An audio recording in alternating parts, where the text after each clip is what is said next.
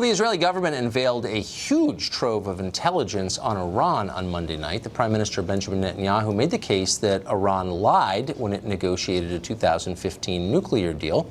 Sounds right. The revelations appear to increase the chances that the Trump administration will repudiate the Iran deal, which the president, of course, ran against. That could put the U.S., though, on the path to yet another military venture in that region. Is that in our strategic interest? Colonel Doug Macgregor is a retired Army colonel. He's author of the book Margin of Victory, which is excellent, and he joins us tonight. Colonel, thanks for coming on. Thank you. So let's start with a simple question first. And I'm assuming that all of this intel is real, and I certainly never assume good faith on the part of Iran, obviously.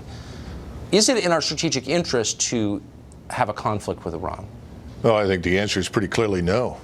There's no benefit to the United States from going to war with Iran. None.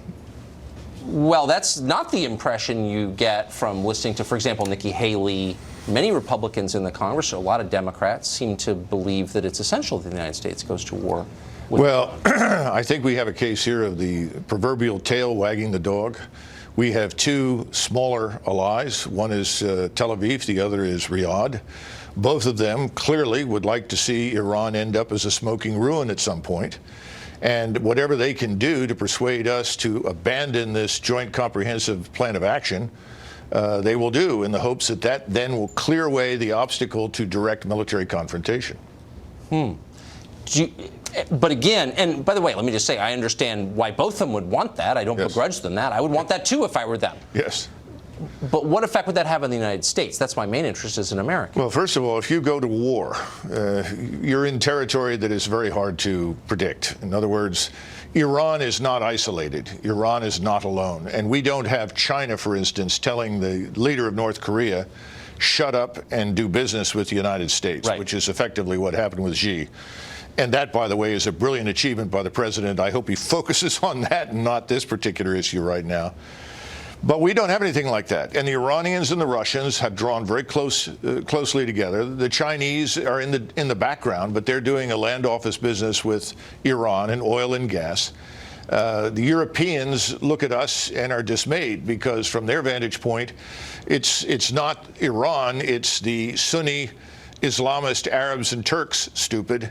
That's where you should be focused. But why wouldn't that be true for us as well? I don't remember a lot of Shiite inspired terror attacks on our soil. And I keep hearing that Iran, which I'm not in any way defending, and I wouldn't choose to live there, but I keep hearing they're the greatest threat to Americans, but it seems like all the terror attacks in this country are Sunni. Absolutely. No, there's no question about that. And again, look, if you're interested in securing your country against that kind of thing, you defend your borders, you get control of immigration. We forget that 9/11 crew came here legally, became illegal, was never tracked, and was able to do what they did as Were they agents of Iran? No, of course not. They were agents of, well, they were Sunni Arab Islamists, largely from Saudi Arabia and North Africa. Right. So why wouldn't we see that as the threat? Because consistently over time it has been. Why is everyone saying exactly the opposite of what's so clearly true? Well, I think it's pretty clear that our two allies in Tel Aviv and Saudi Arabia are absolutely determined to halt what they consider to be the onward march of Iranian influence. Right. And that influence is confined right now largely, not exclusively, but largely to Syria and Iraq. We forget, of course, that we installed Iran in power in Iraq. We created the conditions conducive to that. That was not something that Iran did.